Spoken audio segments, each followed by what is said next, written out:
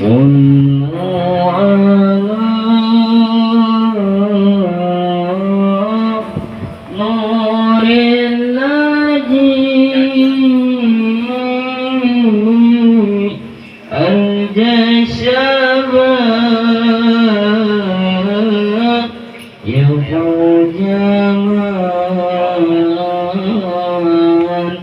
يفوج من صلى عليه وسلم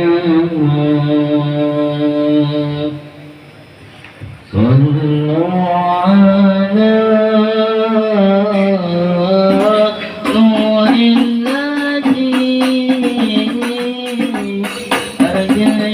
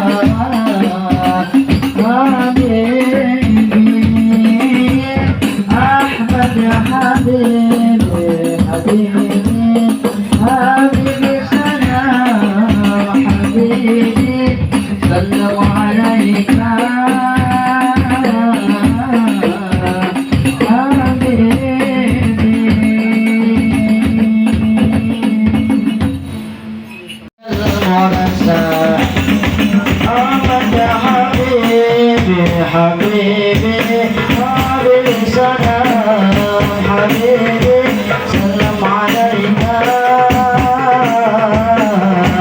حبيبي أحمد حبيبي حبيبي حبيبي سلام حبيبي سلم عليك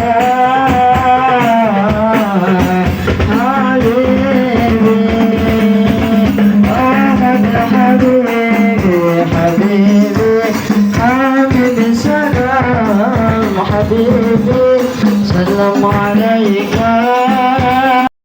عظيمنا يمال سماؤه تنجى عن قولي وفعلي ونيتي به أستغفي كل مولدين ذليل قلبي ذلي وخيراتي منك وانجلي فوضنا رصاص سلمتنا في قراني فهم لطاني فرقصا فهم أبريا فوضتي سكسا أبجي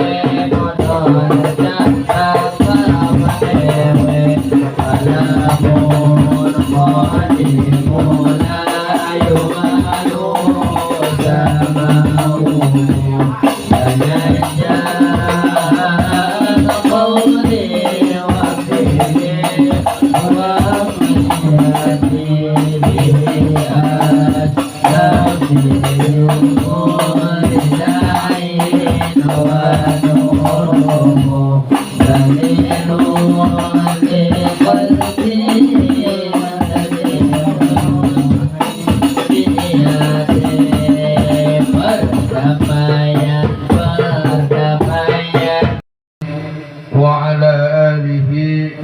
وأصحابه أجمعين. أشهد أن لا إله إلا الله وحده لا شريك له وأشهد أن محمدا رسول الله. اللهم صل على سيدنا محمد وعلى آل سيدنا محمد. أعوذ بالله من الشيطان الرجيم. لئن شكرتم لأزيدنكم ولئن كفرتم منهم في العذاب لشديد. Al-ayat. Pertama-tama dan yang paling utama, mari kita panjatkan puji dan syukur kepada Ilahi Rabbi, yang mana alhamdulillah di malam yang penuh rahmat dan barokah ini kita bisa berkumpul bermuajahah atas undangan dari Bapak Widianto sekeluarga dalam acara Tasakur Binikmat Ananda Abian Azka Al-Parigi yang tadi pagi dihitan, yang mudah-mudahan Ananda Abian Azka Al-Parigi menjadi anak yang soleh. Moga Allah Subhanahu wa Ta'ala. Salawat dan salam mari kita limpah ruahkan kepada junjungan kita, Nabi akhir zaman, pemimpin para nabi dan rasul, yakni Habibana wan Nabiyana, Kanjeng Nabi Muhammad Sallallahu Alaihi Wasallam, kepada para keluarganya, kepada para sahabatnya, kepada para tabi'innya, kepada para ulama-ulamanya, dan sampailah kepada kita sebagai umatnya yang sampai saat ini dan detik ini masih setia taat bakti atas ajarannya, yang mudah-mudahan kita mendapatkan syafatul ujma Kanjeng Nabi Muhammad Sallallahu Alaihi Wasallam. Yang terhormat keluarga besar Bapak Widianto dan Ibu Iin Namida sekeluarga, yang terhormat Ketua Blok OKP dan reng-rengannya, dan yang kami hormati Al-Mukarram Bapak Ustadz Abin Suryana dan Al-Mukarram Bapak Ustadz Yaya, dan yang kami hormati Ketua DKM Masjid Baitul Hidayah beserta reng-rengannya yang alhamdulillah sudah hadir, dan jemaah Masjid Baitul Hidayah, berikut keluarga Blok OKP yang sangat saya hormati, tidak bisa disebutkan satu persatu. Maksud dan tujuan Bapak Widianto mengundang para bapak sekalian, yang pertama ingin dibacakan hadoroh, mendorong doanya yang paling utama kepada keluarganya dan kepada almarhum keluarganya. Yang kedua, minta doanya, mudah-mudahan Ananda Abian Azka Al-Parigi oleh Allah Subhanahu wa Ta'ala dicepatkan kesehatannya, dijadikan anak yang soleh. Monggo Allah yang berbakti kepada Allah, kepada Nabi Muhammad, kepada negara dan ibu bapaknya yang paling utama. Mudah-mudahan Ananda Abian menjadi anak yang soleh. Monggo Allah Subhanahu wa Ta'ala. Izinkan membacakan susunan acara. Yang pertama pembukaan, yang kedua pembacaan hadoroh yang akan dipimpin oleh Al-Mukarram Bapak Ustadz Abin Suryana dengan pembacaan Yasin, dan acara yang ketiga yaitu ceramah selama 8,5 jam yang akan dipimpin oleh Bapak Ustadz Yaya dan diiringi oleh Ananda tercinta tim Hadroh Baitul Hidayah yang dipimpin oleh Bapak Ustadz Nasan, yang alhamdulillah mudah-mudahan Ananda ini menjadi ahli sholawat kepada Kanjeng Nabi Muhammad Sallallahu Alaihi Wasallam. Untuk tidak memotong waktu, mari kita beranjak ke acara yang kedua, yaitu pembacaan hadoroh yang akan dipimpin oleh Al-Mukarram Bapak Ustadz Abin Suryana. Tempat dan waktu kami persilahkan. Abian Azka Al-Pariji yang tadi pagi dihitan, yang mudah-mudahan berananda Abian Azka Al-Pariji menjadi anak yang soleh munggu Allah Subhanahu wa ta'ala. Salawat dan salam mari kita limpah ruahkan kepada junjunan. Waalaikumsalam warahmatullahi wabarakatuh. Astaghfirullahaladzim, astaghfirullahaladzim, astaghfirullahaladzim. Alladzi la ilaha illa huwal qayyum wa atubu ilaihi. Asyhadu an la ilaha illallah وأشهد أن محمدا رسول الله صلى الله عليه وآله وسلم على هذه ولكل نية صالحة وإلى حضرة النبي المصطفى سيدنا محمد صلى الله عليه وسلم وعلى آله وصحبه وأزواجه وأولاده وذريته شيء لله لهم الفاتحة. أعوذ بالله من الشيطان الرجيم. بسم الله الرحمن الرحيم. الحمد لله رب العالمين الرحمن الرحيم مالك يوم الدين.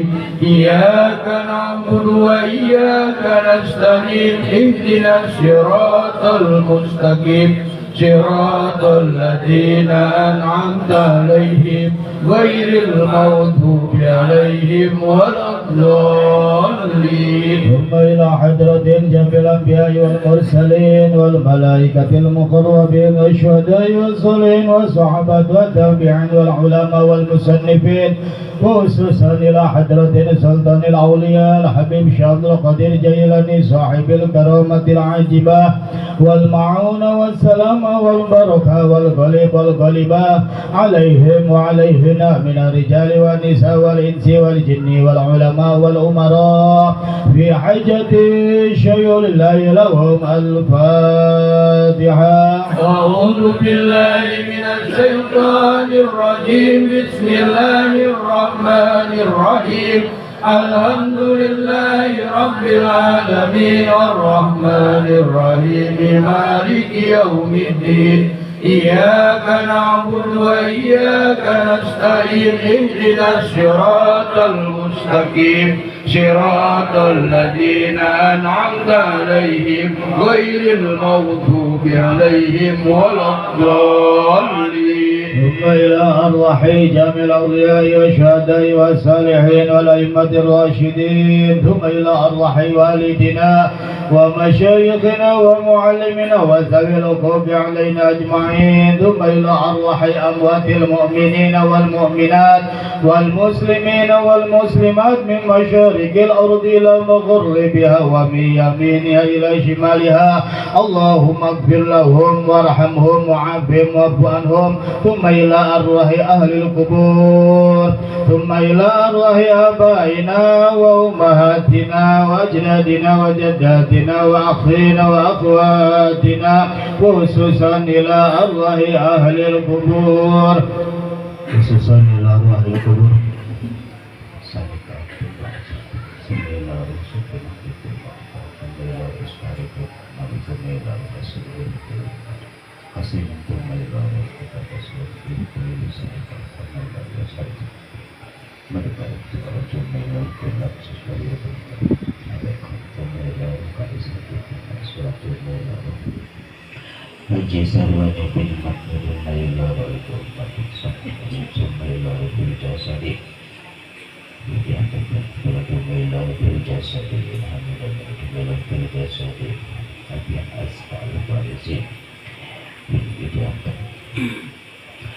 وأصولهم وفروعهم ومشايخهم والمتلكين بهم إن الله كريم يغفر لهم ويتغشهم برحمة. وإلى حضرة النبي سيدنا محمد صلى الله عليه وآله وسلم الفاتحة. الفاتحة. أعوذ بالله من الشيطان الرجيم. بسم الله الرحمن الرحيم. الحمد لله رب العالمين الرحمن الرحيم مالك يوم الدين. إياك نعبد وإياك نستعين. اهدنا الصراط المستقيم صراط الذين أنعمت عليهم غير المغضوب عليهم ولا الضالين. يا الله بالبركة سورة ياسين وبالبركة سورة الفاتحة وإلى حضرة النبي الفاتحة. أعوذ بالله من الشيطان الرجيم. بسم الله الرحمن الرحيم. الحمد لله رب العالمين الرحمن الرحيم مالك يوم الدين. إياك نعبد وإياك نستعين. اهدنا الصراط المستقيم صراط الذين أنعمت عليهم غير المغضوب عليهم ولا الضالين. بسم الله الرحمن الرحيم. قل هو الله أحد الله الصمد لم يلد ولم يولد ولم يكن له كفوا أحد. بسم الله الرحمن الرحيم. قل هو الله أحد الله الصمد لم يلد ولم يولد ولم يكن له كفوا أحد. بسم الله الرحمن الرحيم. قل هو الله أحد الله الصمد لم يلد ولم يولد ولم يكن له كفوا أحد. لا إله إلا الله والله أكبر. بسم الله الرحمن الرحيم. قل أعوذ برب الفلق من شر ما خلق ومن شر غاسق إذا وقب ومن شر النفاثات في العقد ومن شر حاسد إذا حسد. لا إله إلا الله والله أكبر. بسم الله الرحمن الرحيم.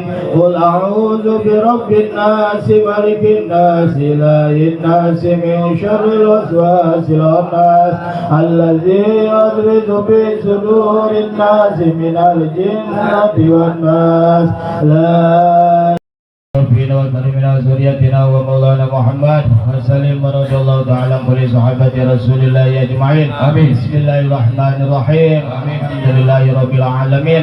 حمدا يوافي نعمه ويكافئ مزيدا. ربنا آتنا في الدنيا حسنة وفي الآخرة حسنة وقنا عذاب النار.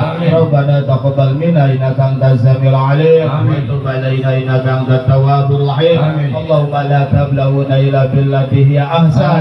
يا ربنا يا ربنا يا ربنا لك الحمد كما ينبغي لجلال وجهك ولعظيم سلطانك. سبحانك لا نحصي ثناء عليك أنت كما أثنيت على نفسك فلك الحمد حتى ترضى ولك الحمد إذا رضيت ولك الحمد بعد الرضا.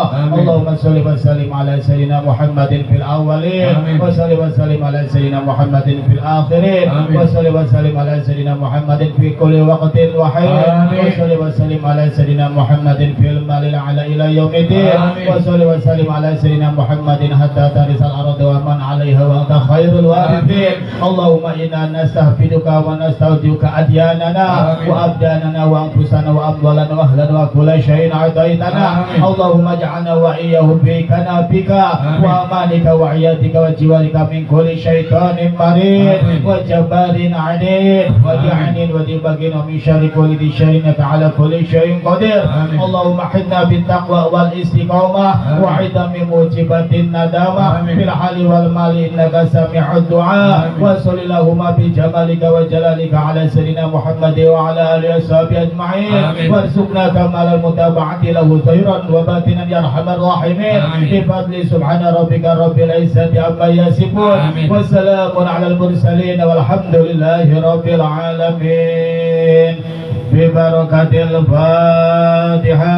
أعوذ بالله من الشيطان الرجيم. بسم الله الرحمن الرحيم. الحمد لله رب العالمين الرحمن الرحيم مالك يوم الدين. إياك نعبد وإياك نستعين. اهدنا الصراط المستقيم صراط الذين أنعمت عليهم غير المغضوب عليهم ولا الضالين. Assalamualaikum warahmatullahi wabarakatuh. Waalaikumsalam warahmatullahi wabarakatuh. Bismillahirrahmanirrahim. Alhamdulillahirabbil alamin. Wa bihi nasta'inu ala umuri dunya waddin. Wassalatu wassalamu ala sayyidina Muhammadin wa ala alihi wa sahbihi ajmain. Ashhadu an la ilaha illallah wa ashhadu anna Muhammadar Rasulullah sallallahu alaihi wasallam.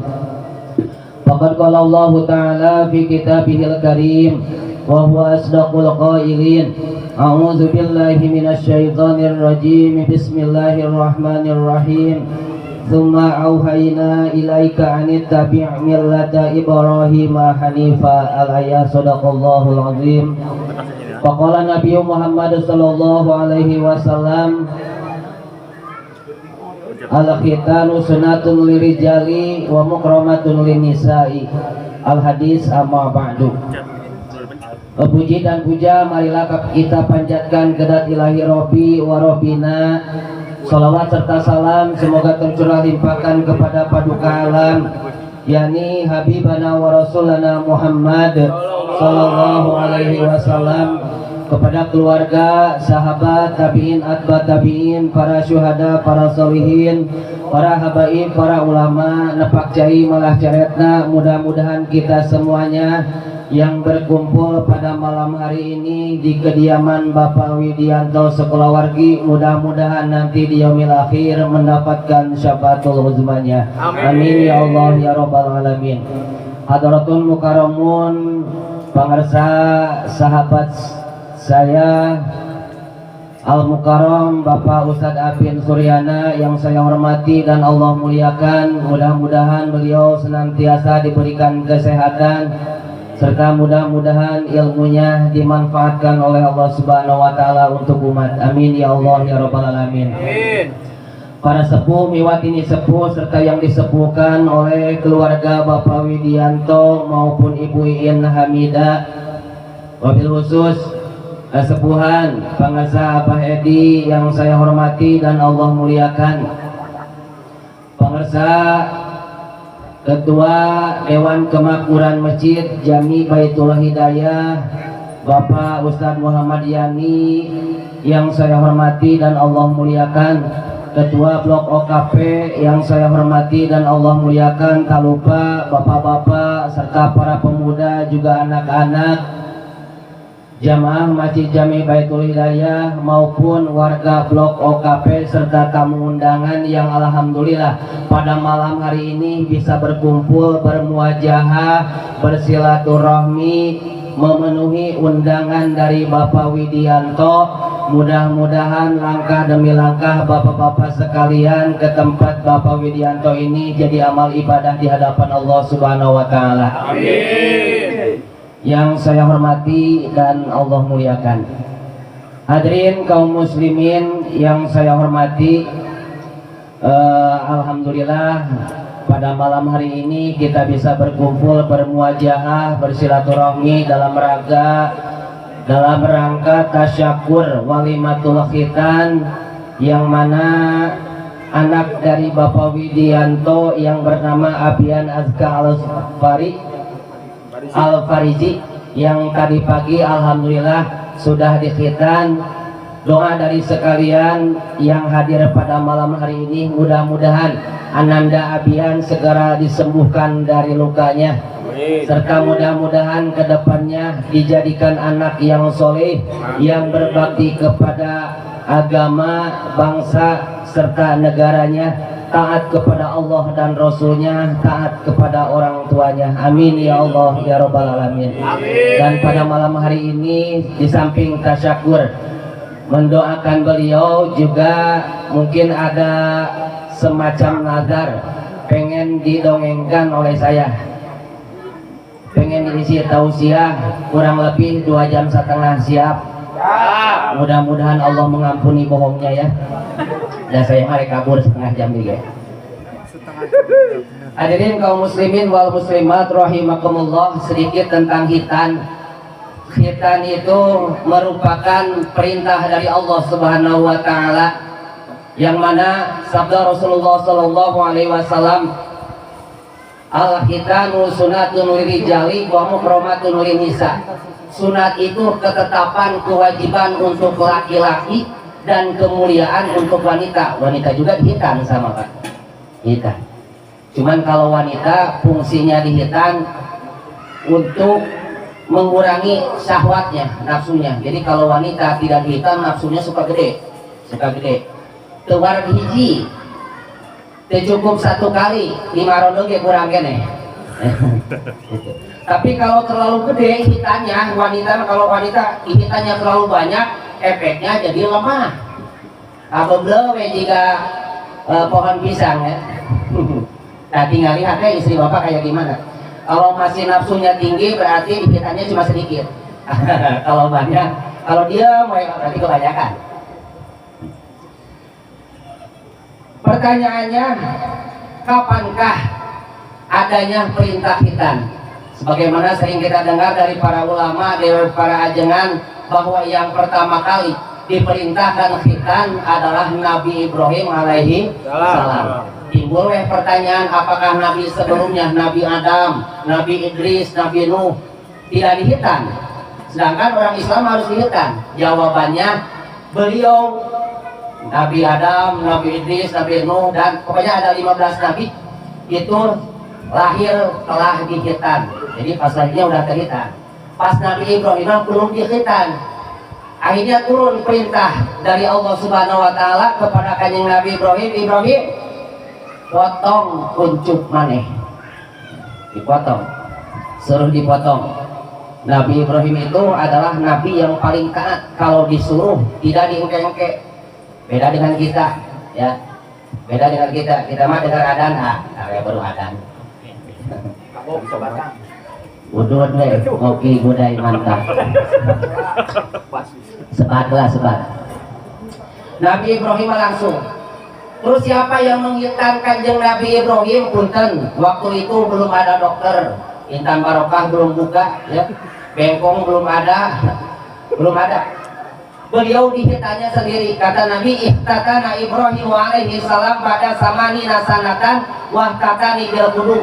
Jadi kanjeng Nabi Ibrahim itu dihitan sendiri dalam usia 80 tahun. Ada sebagian riwayat menyatakan 120 tahun, tapi itu kaulnya lemah. Yang sahih kaulnya adalah 80 tahun. Bayangin sama Bapak, usia 80 tahun hitam nyali lihat. Kebayang apa kita mah. Tapi tidak Pak, umat kanjeng Nabi Ibrahim umurnya banyak, ratusan tahun, beda dengan umat Nabi Muhammad. Kalau umat Nabi Muhammad umur 8 tahun pasti udah alot. Udah anenoy. Umat Nabi Ibrahim tidak, masih empuk. Nah, kanjeng Nabi Ibrahim dihitan sendiri. Bahkan Siti Sarah istrinya menawarkan, di kitabnya mah nggak ada ini mah bahasa diplomatik lah ya. Mas, biar saya bantu, takutnya nanti meleset.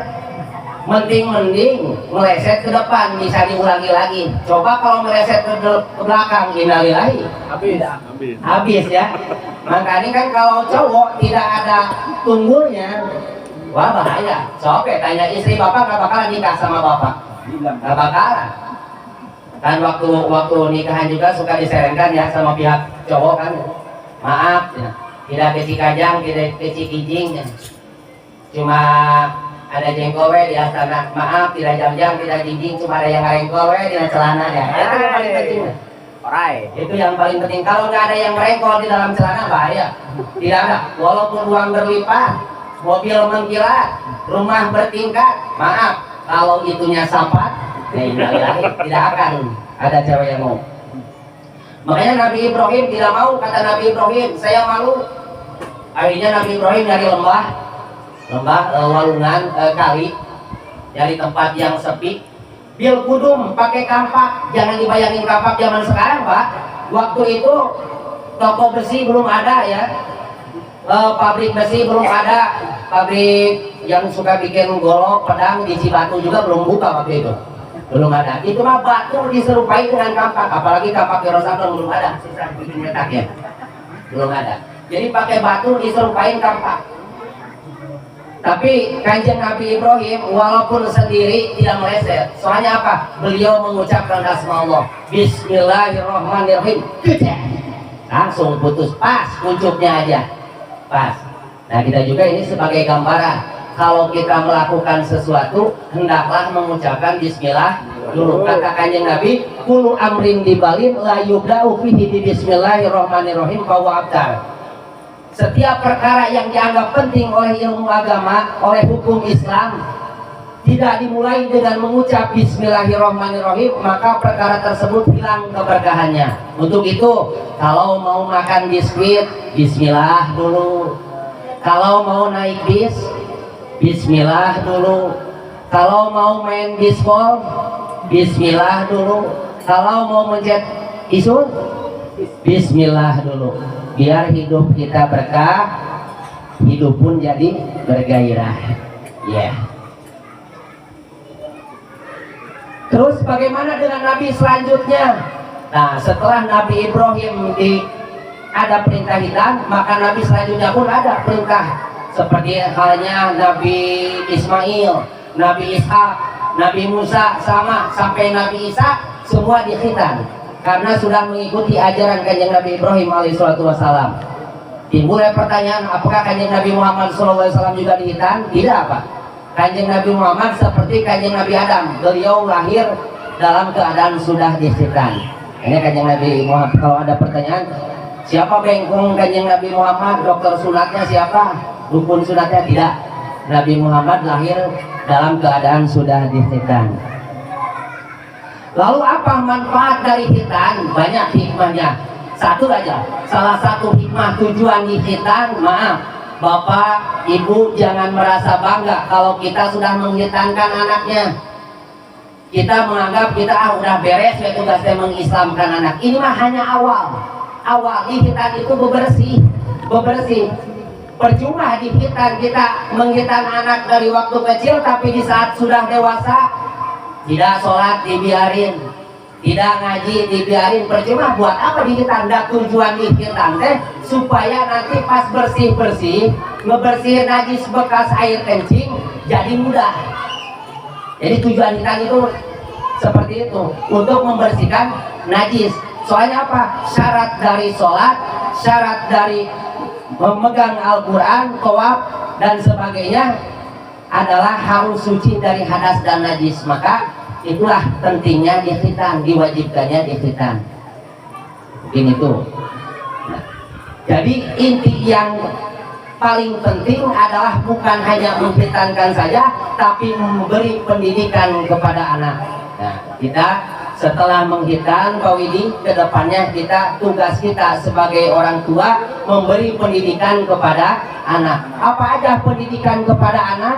Pendidikan kepada anak minimal ada 3. Pokok pendidikan kepada anak minimal ada 3. Yang pertama adalah akidah. Perkenalkan anak kita dengan Allah, biar mengenal Allah, mengenal nama-nama Allah, sifat-sifat Allah. Sifat Allah ada berapa, Pak? Sifat yang wajibnya ada 20, yang mustahilnya 20, yang jaiznya 1, jumlah jadi 41. Yang wajib di Rasul ada berapa? Ada 4, mustahilnya 4, yang jaiznya 1, jumlah 9, 41 tambah 9 jadi 50, disebut aqaid iman. Itu wajib kita perkenalkan, kita wariskan kepada anak kita, biar mengetahui, minimal mengetahui namanya saja dulu. Bagusnya mah mengenal makna dari sifat-sifat Allah tersebut. Selebihnya lagi memahami apa dari sifat-sifat Allah tersebut. Nggak bisa Ipeng, titipkan kepada ustadz setempat minimalnya. Kalau mau dipesantrenkan silahkan ke pesantrenkan. Kalau sebagai orang muslim tidak mengetahui sifat yang wajib di Allah, mustahil di Allah, jaiz di Allah, wajib di Rasul, mustahil di Rasul, jaiz di Rasul, maka maaf, kita telah melakukan dosa. Perkenalkan dengan Allah. Makanya kalau di pengajian kan diajarin wujud kita bako mukhalafatul hawadir fi qiyamuhu binafsi wahdaniyat kudrat iradat ilmu hayat sama basar kalam qadiran muridan aliman hayan samian basiron mutakal. Apal eta apal? So ada sifat yang mustahilnya. Yuk bareng. Adam mumasalah dan ikhtiyaj ata adud al ajaju karohatun dan al jahlu. Tuh cari cingnya beda sifat mustahil lagi apa? Boro-boro anak kita bapaknya aja yang punya kewajiban mendidik gak bisa. Harus wajib, harus bisa Pak. Di dalam kitab didat itu suatu merupakan fardu ain, wajib. Jadi yang pertama, ajarkan kepada anak kita aqid iman. Yang kedua, pendidikan untuk anak adalah ibadah. Satu aja. Dari sekian banyaknya ibadah, yang pertama, yang paling pokok, ajarkan kepada anak kita, perintahkan kepada anak kita tentang sholat. Kata Rasul, muru auladakum bisolati wahum abna'u sab'i sinina wadribuhum 'alaiha wa hum abna'a ashrin. Kata Rasul, perintahkan kepada anakmu di saat anakmu usia 7 tahun, perintahkan sholat. Usia 7 tahun anak kita perintahkan sholat. Kalau bisa sediain cambuk Pak Widi, taruh di tembok. Nanti anak bakalannya itu cambuk buat apa Pak? Buat nyambuk kamu kalau nggak sholat. Tapi jangan dicambukkan kalau masih usia di bawah 10 tahun. Sebab kata Rasul di akhir hadis tersebut, wadribuhum 'alaiha wa hum abna'a ashrin. Pukullah anakmu, tapi jangan nyampe tatuan, jongkoan nyampe ada luka bekasnya, jangan. Di saat usia 10 tahun kalau anakmu tidak mau melaksanakan sholat, wajib mukulnya deh Pak. Kalau kita nggak mukul, dosa. Kalau anak tidak sholat, kita nggak mukul. Tapi hati-hati, mukul anak ada larangan. Larangan memukul anak yang tidak diperbolehkan. Satu, memukul kepala Pak, tidak boleh. Soalnya kalau anak dipukul kepalanya, ke dewasanya pasti bakal jadi anak yang nakal, jadi bandel, marah kedoweng. Soke, cobaan. Kalau anak Badung, bapak pukul terus kepalanya, tiap makin dewasa makin bandel anaknya. Pelanggaran. Yang kedua, jangan dipukul mukanya, jangan dicubit perutnya, jangan dijewer kupingnya. Apa tuh? Pukul pantatnya. Makanya tekstur pantat kulitnya lebih tebal, biar digebuk nggak begitu sakit. Perintahnya di pantat atau di betis. Kalau saya seringnya di pantat sama orang tua, dia emang anjurannya di pantat. Tapi punten Bapak, memukul anak karena tidak sholat setelah usia 10 tahun itu pilihan terakhir. Memarahi adalah pilihan terakhir. Memukul adalah terpaksa. Jikalau terpaksa, yang paling utama adalah memberikan teladan yang baik kepada anak kita. Artinya apa? Contohan dulu oleh orang tuanya, oleh bapaknya. Sebab ada pepatah Arab, mafil abai bi abna. Apa yang ada di bapak ada di anak. Itu ada pepatah Arab. Disambutnya kata orang Indonesia, buah tidak jauh dari pohon, buah jatuh tidak jauh dari pohonnya, kecuali di bawah keong. Somplak. Ada pepatah Jawa menyatakan, nek bapai kalong, anake kampret. Nek bapai nyolong, anake nyopet.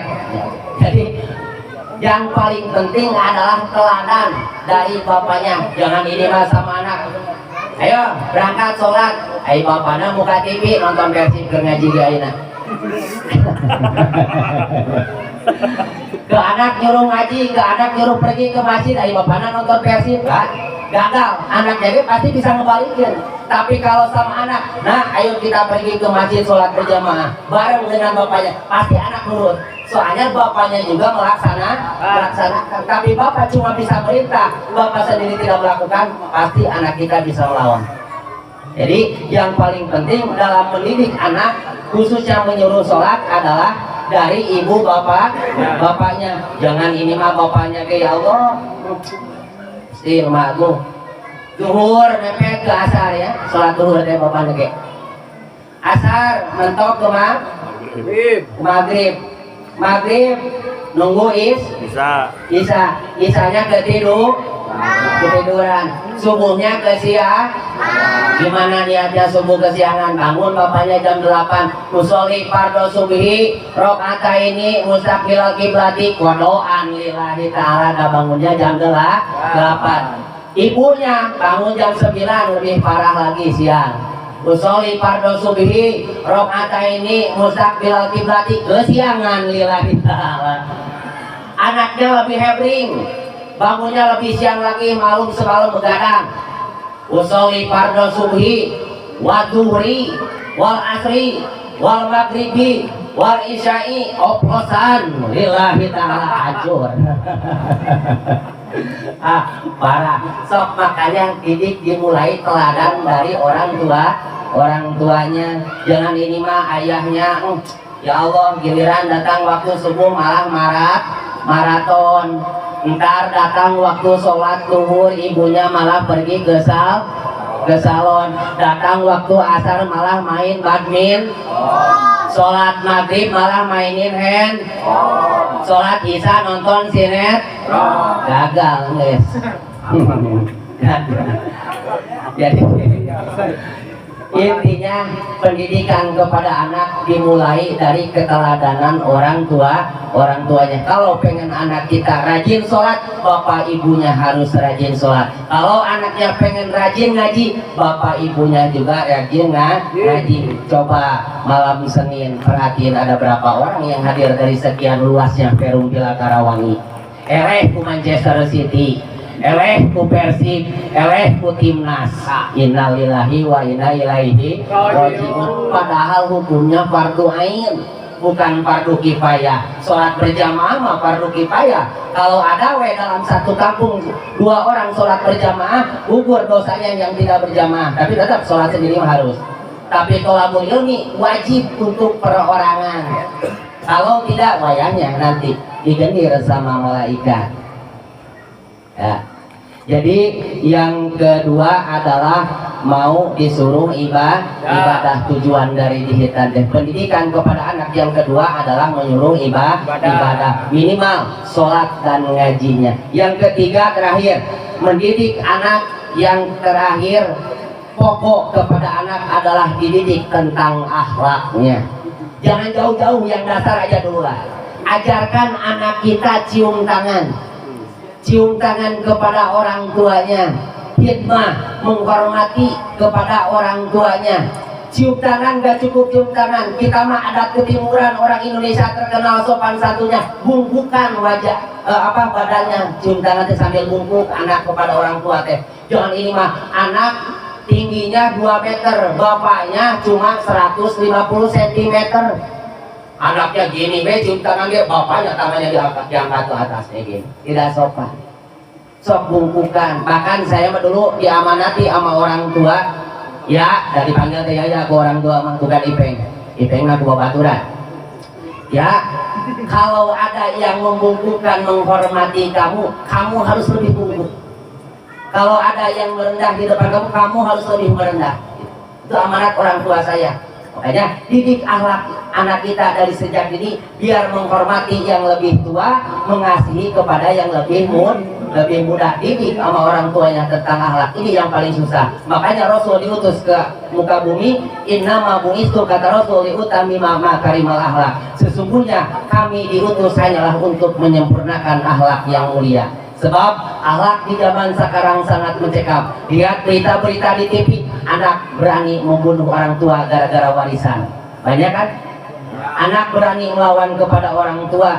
Anak sudah hilang rasa sopan santun kepada orang tua. Siapa yang salah? Anak tersebut dosa, tapi yang paling salah adalah orang tuanya. Mungkin dari kecil tidak dididik tentang akhlak kepada anaknya.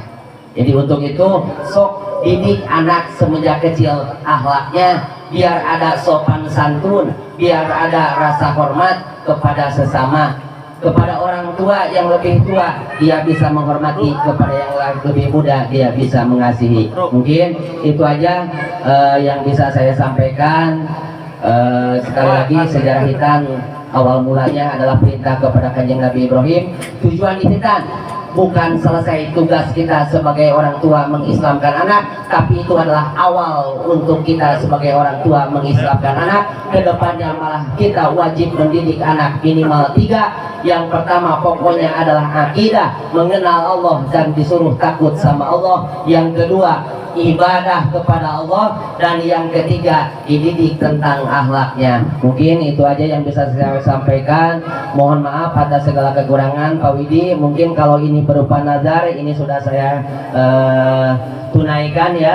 Mudah-mudahan Ananda Abian Azka Al-Faridi segera disehatkan kembali, segera sembuh lukanya, dan dijadikan anak yang soleh, yang taat kepada Allah dan Rasulnya, taat kepada orang tuanya, berbakti kepada bangsa, negara, dan agamanya. Amin ya Allah ya Rabbal Alamin. Mungkin dari saya dicukupkan sekian. Rabbana atina fid dunya hasanah wa fil akhirati hasanah wa qina adzabannar. Ausikum nafsi bi taqwallaha wa aqu minkum. Wassalamualaikum warahmatullahi wabarakatuh. Waalaikumsalam warahmatullahi wabarakatuh.